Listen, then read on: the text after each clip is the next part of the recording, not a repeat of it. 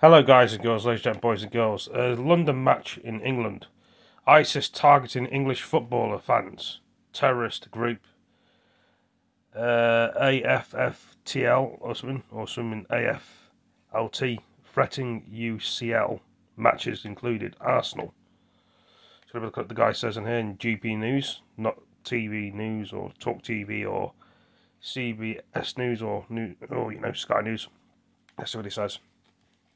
Arsenal and Manchester City feature in this week's highly anticipated Champions League quarter-finals, but fans attending the games got on high alert after ISIS threatened to target the fixtures. So this sinister image, threatening the four stadiums hosting the matches, was posted by the Al-Azim Foundation, a media channel linked to the terrorist group, just weeks after they killed hundreds at a concert hall attack in Moscow.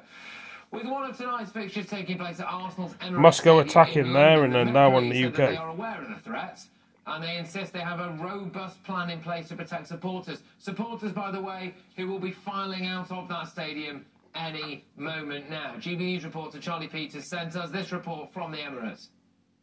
So the terror threat across Britain is substantial, and that threat has remained in place after an ISIS-aligned media outlet has made a series of threats against the football matches occurring tonight and tomorrow in the Champions League. This is Arsenal's first quarter-final in the competition since 2010. But the main story here isn't necessarily the football, but that security threat. The Met said this afternoon that in collaboration with counter-terrorism police, they did have a robust plan in place to reassure the public, but at the same time, they have asked fans here to be vigilant and report anything that they see that is suspicious. Yeah, well, indeed. Look, it's worth noting that we are 3 minutes into extra time of that fixture, according to my computer in front of me here, which does mean that the fans will be coming out of that ground any moment now. Charlie caught up with some of those fans and just asked them, really, whether or not they are actually scared of ISIS. I'm really worried about the security. I've got to have faith in the British police and the, security, everything they've set up. So have faith and hopefully everything will be all right. It's not about the religion. It's about some people who want to scare other people, and we are only here for football. I used to live here, and we had threats growing up, and you just have to get on with life, and just you can walk down the street and anything can happen to you. So you just have to keep going and hope for the best. Well, I'm delighted to welcome now Chris Phillips, a former head of the National Counter-Terrorism Security Office. Chris, look, thank you very, very much. So what's going to be taking place now in terms of a police security threat as those fans prepare to leave the ground? Well, of course, leaving the ground is actually one of the more dangerous parts. To wash these glasses in a bit, see?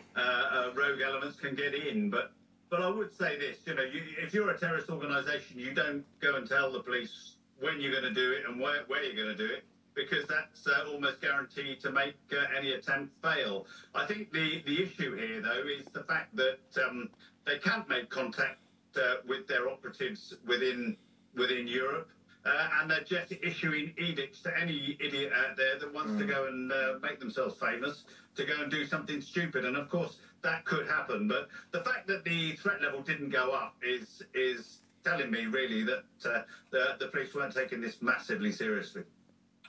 Yeah, and I think this is, as you've said there, a call for anyone who can just pull a kitchen knife out the drawer or do whatever they will.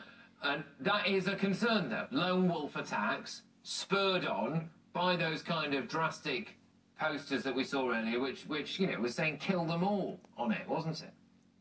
Yeah, we've had this before, actually, where the Al-Qaeda and ISIS have literally put out messages saying, look, just kill everyone, use cars, use vans, use knives, use guns, whatever you can get hold of, just go and kill people. And it's a hint of desperation, but there is always that concern, Patrick, that there are people in our country and across Europe that would go and do that. So how do you spot them in a crowd? This is the thing. I'm not entirely sure how many tens of thousands of people the Emirates holds, 50, 60,000, I would imagine. You've 60,000, thank you very much. So 60,000 people piling out of that stadium any moment now, and a massive crowd of people waiting outside the ground. I mean, how on earth are the police and our security forces going to spot someone? Well, that is the most difficult thing, but of course there are very good CCTV cameras in the area. I mean, that's one of the big bonuses over the last few years. And of course, I think the big concern, not so much around the stadium, but actually in the transport hubs and the transport away from the ground and to the ground, those are the areas that are more likely to be targeted by any would-be terrorists. And how concerned should we be at the moment with the increased situation that's going on in Gaza? Well, you know, this is just one other thing to add into the mix of people that think the West are evil. And there are an enormous number of people across Europe who feel like that, who live within our societies. And any one of those could go on and commit some kind of heinous crime like this. And we've seen it, you know, we've seen it in Moscow, we've seen it in Paris, we've seen it across France. There are causes for concern, and I think it's really imperative for us as a nation to make sure that we are alert. We do report suspicious behaviour and make sure the police get told about it. Indeed. And you think it's an intelligence-led decision not to rate a security threat? A lot of members of the public, myself included, will be thinking, well, hang on a minute, if someone slaps a poster out there saying, you know, we're ISIS and we want you to kill them all, maybe that is the kind of thing that should increase the terror threat, no? Yeah, no, not at all, Patrick. The simple fact is they go on intelligence, actionable intelligence. You know, you can put a threat out. I mean, I worked in sporting events when the IRA were dialing up and telling us that they'd left bombs. Just to say, sorry to cut across you, just because we're a bit pressed for time, and I want to get you on this, because Spain have put thousands of extra police officers on the streets ahead of that game because of the same threat. Yeah, and they really feel the threat in Spain. It's a real issue there, as it is in France and Germany. But I think that our police have already got this into the system. You know, CT is part of every event. Okay, lovely stuff. Look, Chris, thank you very, very much. A reassuring voice, and hopefully you are proved right. We will, I suppose we'll find out shortly, won't we? But that was the former head of National Counter-Terrorism Security. Well, there we go. Chris, Here's what it is. And Lord David Cameron will be hoping that Donald Trump has a short memory after flying into the US to meet the former president at his Florida bolt hole. This is David Cameron and the president. Talks with Trump at Mar-a-Lago to whip up support for further Ukraine funding, but the meeting, well, it was probably an awkward one, wasn't it, for good old Dave, who once called Donald divisive, stupid and wrong when he was Prime Minister in 2016. Later in his memoirs, Cameron accused the, well, notoriously quite thin-skinned Trump in some respects of being protectionist, xenophobic and misogynistic, not things that really fade away with time, are they, those allegations? The last time David Cameron was accused of lecturing the US on Ukraine funding, which Trump's Republican Party is currently blocking, fierce President Trump ally and Republican lawmaker Marjorie Taylor Greene had this to say. I really don't care what David Cameron has to say. I think that's rude name-calling, and I don't appreciate that type of language. And David Cameron needs to worry about his own country, and frankly, he can kiss my... That's something that Britney Spears would probably say. The future of money is staying on top of your subscription. Like that language. Even seeing ones. Next time, say what you really think. Now, Nigel, what does Donald Trump really think of David Cameron? Oh, I wish I'd been there. I wish I'd been there at dinner on the terrace at Mar-a-Lago to see this massive slice of humble pie that David Cameron had to eat. Trump, of course, won't forget the words, but you know what? He's bigger than that. He recognises that the relationship with the UK, the future of NATO, he knows... See, he thinks I'm talking to it again. With the camera at the top. PS4. From the resume that was put out from Mar-a-Lago was the first thing on the agenda was Brexit. I mean, that would have been the most delicious conversation. David, you got Obama to intervene. Obama's your mate. I mean, that would have been absolutely wonderful. Nigel, just on that, as if by magic, we do have the infamous moment with Obama. UK-US trade agreement, but it's not going to happen anytime soon because our focus is in negotiating with a big bloc, the European Union, to get a trade agreement done. And UK is going to be... That was 2016, this one of Obama and David Cameron. Now in 2024. I think you were actually quite grateful to Obama for saying that, weren't you? Oh, yeah. I mean, it was the globalists together, wasn't it? The globalists together telling us what to do, and I think Obama helped the Brexit campaign enormously. But so that was on the agenda, Brexit. That conversation would have been delightful. Then on, of course, to NATO, where Cameron would have said, oh, but you've been so rude about the NATO members. Trump would say, hey, we're not paying the whole bill, you guys got to chip in. It would have been, Trump would have enjoyed himself enormously. I'd love to be at the next table just watching the whole thing. I suppose, do you think Donald Trump is going to get on better with David Cameron or David Lammy? It's a very good question, actually. I mean, what's the difference? I mean, there isn't much difference between them, really, at all. Other than Lammy's a bit more fun. You think David... This is the scoop here. David Lammy's more fun than David Cameron, is he? Good God, yes. I mean, you might disagree with David Lammy's opinions. He's got a big personality. He laughs a lot, likes a drink. He's all right, I mean, in that sense, Trump will always put international issues and what matters ahead of any personal insults that have been thrown at him. Lammy's been rude about it. Cameron's been rude about it. I'm hiding. Hello, I'm a talking hand. Yeah, I mean, the irony that potentially if Trump does wander back into the White House, we would have a president of the United States there that cares deeply about Great Britain at exactly the moment when we might be about to get a Labour government and, who've slagged him off in the past as well. I mean, there is a missed opportunity there, I think, somewhat. But elsewhere, Nigel, GB News has revealed escalating migrant violence on the beaches of France. So almost 5,000 small boat migrants have now crossed the channel so far this year.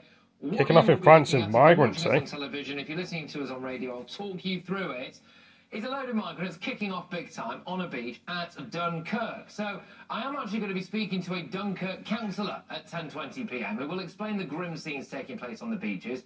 People are getting stabbed, people are throwing rocks, and frankly, goodness knows what else. They're attacking each other, they're attacking the French police, and actually, they're on the way over here, aren't they, Nigel? Are you concerned about the people that we might be importing here? I've been concerned since March 2020, when I went out into the channel and blew the whistle on this and said to mainstream media, a year before GB News even existed, why are you guys not covering this? There's a big sign on the White Cliffs of Dover saying, everyone welcome. Yeah, it's rocks, it's knives, but it's guns as well. The traffickers now carry guns. The French police now carry guns. We're very, very close to a major escalation in this crisis. And for a while, the UK reported. Yeah, and I think, what do you put down to this increased use of violence there on the beaches? Money, money, money. Think what's involved in this. These trafficking gangs, on a good week in the summer, making $2.5 to $3 million in. There is vast money involved. Where there's vast illicit money involved, there will always be violence, always be threats, always be stabbings, and frankly, always be murders. And this is getting worse, and it's getting worse very, very quickly. And the French don't know what to do. We don't know what to do. And as the good weather comes, which it will, I know that seems impossible at the moment, as it will, tens of thousands will cross the channel. And with it, will completely sink Sunak's chance of even hanging on to a couple of hundred Tory seats. And just on that, because we saw President Kagame there of Rwanda wandering into Downing Street earlier today, Rishi Sunak doing his best to tell us that everything's absolutely fine, and both of them are desperately keen to get flights taking off. On the same day, it was revealed that Rwanda has been selling off some of the migrant housing because, shock horror, it appears that there is one leader there who's willing to put his own nationals first and give them some housing of their own. That, unfortunately, being the president of Rwanda and not our own. What do you make of that latest escalation? Do you think now, actually, Rwanda is laughing at us? Well, I mean, Rwanda had taken a couple of £100 million without having to take a single person. I mean, what a great trade for Rwanda. Trade of the century for Rwanda. Treat the British government as mugs, take all their money, understand that they're undermined with the ECHR, and Bob's your uncle. Yeah, I mean, there was this kind of trope, wasn't there, about we've been conned by the Rwandans. But Andrew, we just conned ourselves. I mean, the Rwandans, it was there for us. We could have done it. We conned ourselves. We are led by liars and idiots. That's all I can think. This was never, ever going to work. From the moment Boris Johnson at Lyd Airport announced this plan, I said, and the next day, the Daily Mail, front page, isn't it wonderful? The Tories are going to stop all this. It was obvious from day one. But all the while you're part of the ECHR, put into British law through the Human Rights Act, this could never happen. I'll add to that, if I may, Patrick, very quickly, that a judgment this morning, brought by some Swiss pensioners, ECHR are now saying that all member states must adhere to net zero policies. So we couldn't even vote for a government that wanted to reindustrialise Britain. It just says we must leave ECHR. I tell you what, wouldn't it be fun to have a referendum on ECHR membership? I'm quite looking forward to that.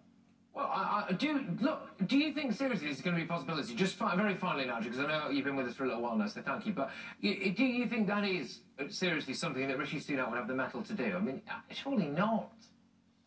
He might do it to try and save his own skin, but it's too late. It's too late because everyone knows he's lost the election already and Labour went off for it. It doesn't matter what Rishi does. I mean, look, he's so weak that William Ragg has had to sack himself because Rishi didn't have the guts to do it. Well, he was courageous. He was courageous 2 days ago. He was incredibly courageous for, obscene things. Don't even start me on the William Ragg scandal. I was the first person publicly to say this is a total disgrace. What he's done is reprehensible. And within 2 hours of me saying it, Jeremy Hunt called him courageous. This lot are going into the electoral bin. It's where they deserve to be. By the way, if Jeremy Hunt thinks that's courageous, then I shudder to think of what he turns his nose up at. Nigel, thank you very, very much. That's Nigel Farage there. Well, there we go. Nigel Farage then, GB News. Eventually, will there be no go zones in the UK where you can't go down the road? Because if these migrants come over here, what they're doing in France, stabbing and throwing rocks at people, they do it in England. Will there be no go zones in England? Will there be armed police in England with no go zones? With the army with no go zones they're going to have to bring in? In case it kicks off in England with like civil war or something. But anyway, I thought I'd mention that in the video. But I end this one, and yeah, thank you for all joining me. Catch you in the next one. Take it easy. Peace. See you later.